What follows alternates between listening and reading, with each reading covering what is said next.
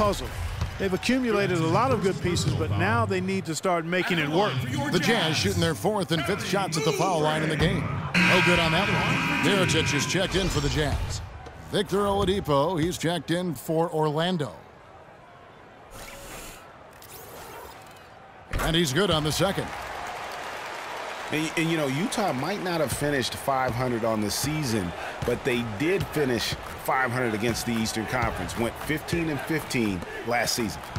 Now, here is Smith. He hasn't scored yet. That, I'm sure, will change. And a big height advantage right there. You know, it's tough to bring a big man that far away from the goal, but that might be a mismatch they're willing to live with. Oh, he's just tangling from the rim after sending it through there. You can see which team now has the swagger Clark right now. Yeah, it's with them. And guys, that swagger can backfire because you don't want to get your opponent a little too riled up. Up top, Oladipo. 5 points in the game. Second chance shot. No luck. Oh, tough D on the inside. It sure was, Greg. No easy access to the basket when that fella's in the middle. And so that brings the first half to a close. Jazz lead by 13. Time now for the halftime break, with the third quarter soon to follow right here on 2K Sports. It's the 2K Sports Halftime Show.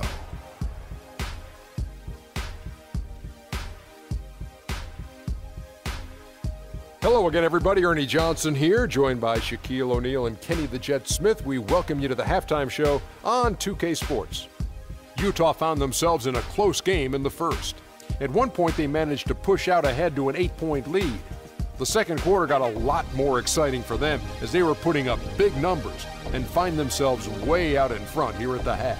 And Shaq, what did you think about what we saw from Utah? Well, they really dictated the pace of the game with their transition game. They got out on the break every chance they had, and the time they could push the tempo, they did. And a lot of times it kept the defense scrambling like eggs with the cheese and apple juice. And over to Kenny. How about what you saw from the Magic? Well, they shot under 40% in the first half. There's your deficit. They missed some open looks, wide open. But overall, I thought the offense was stagnant.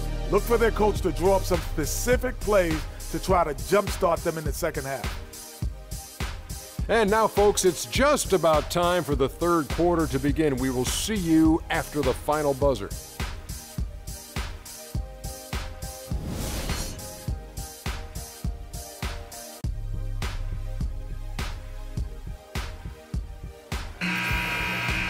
Well, it's been a one-sided affair so far through the first two quarters, but there's plenty of time to mount a comeback.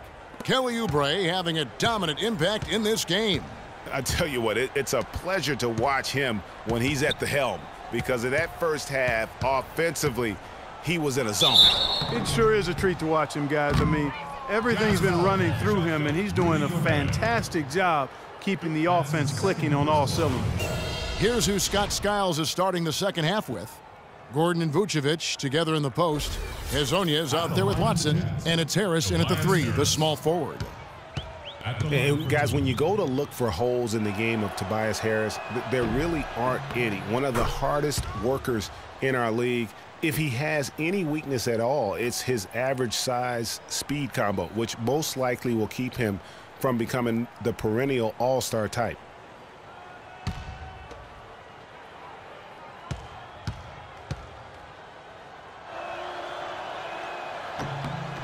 And so he hits both. On the topic of Tobias Harris, you love that he can contribute in every category of play. He's a solid face-up shooter. Clark, he's getting better with his back to the basket. You can see movement forward all the time. I love what this young man has shown thus far. You mentioned those things he does. He'll also rebound for you, get loose balls. He does the little things, understands what it takes to win, the consummate pro and team player. And Orlando has possession. After Dante Exum's miss, Gobert with the block. And now Utah, fast break. Gordon's running and finished off by Oubre. Great hustle to turn the block shot into a fast break hoop.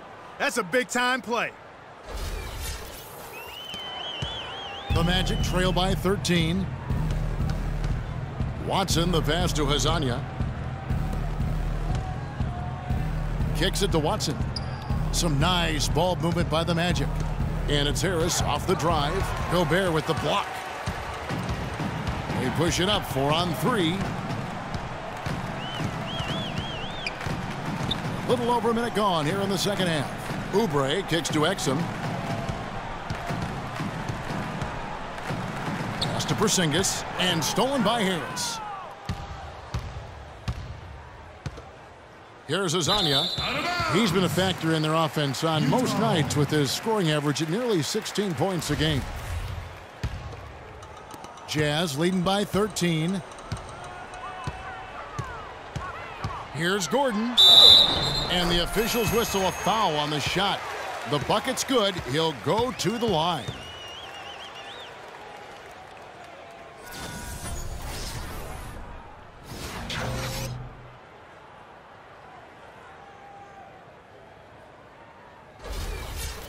Really unfortunate for Eric Gordon that an assortment of injuries have really derailed his career. A few years back, he looked like he'd be an absolute star. Once a 22 points a game score, was down to 13 a game last season. Yeah, on the topic of Eric Gordon, one would think he's still young and talented enough to be a difference maker with any team. He just has to stay healthy. That really is the bottom line. He's got to keep his health. Kevin, the truth is, though he's had a number of injuries, they've all been different. It isn't one chronic thing. So with a little good luck, we could see him shine once more. 90 seconds now into the second half. Watson with it. He gives his team some nice contributions, averaging a bit over 10 points a game. Vucevic, that's good, and the assist goes to Watson. Watson's got 3 assists tonight. The second he got around the pick and shook his man, it was straight to the bucket for the easy deuce. Very, very well done. Timeout is called, first of the game for the Jazz. They're moving on after the tough loss they took at the hands of the Warriors. And that was one of the few times that you'll see a team just lack fight defensively in losing that game. Yeah, and I know their fans may not want to hear it, but the reality and the truth is the defensive end of the floor was not what it needed to be in terms of effort. Here's Exum. Taking a look at his stats, he's averaging around 9.5 points a game. And we're just around 2 minutes into the final half of play now. Inside, here's Oubre. No good. So Orlando will take it the other way. Coming off that loss against the Timberwolves. Just looking at the stat sheet, they gave far too many free throws away in that game. Maybe it was the noise in the building or something, but they really looked rattled.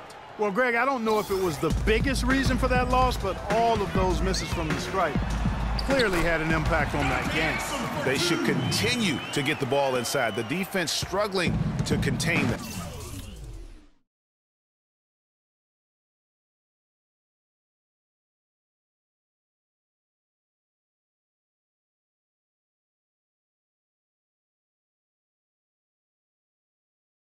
And when you make 5 in a row in close like that, it also takes pressure off your perimeter guys, too.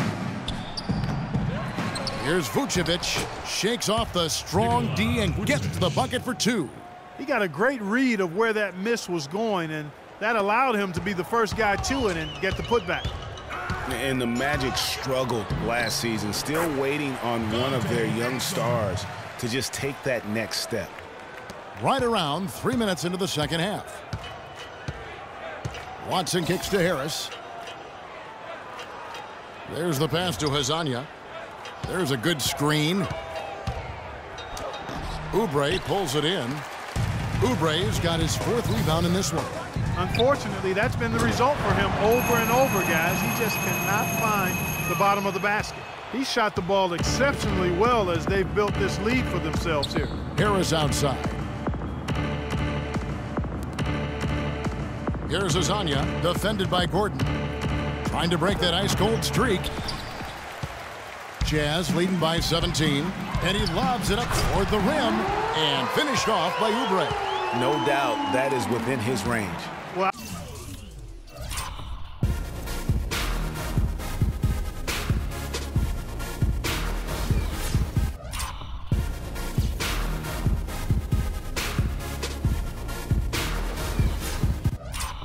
I would hope so. He's a pro, and it was only a 1-footer. Come on now. Here's Here's Gordon, and he gets it to go. Gordon's got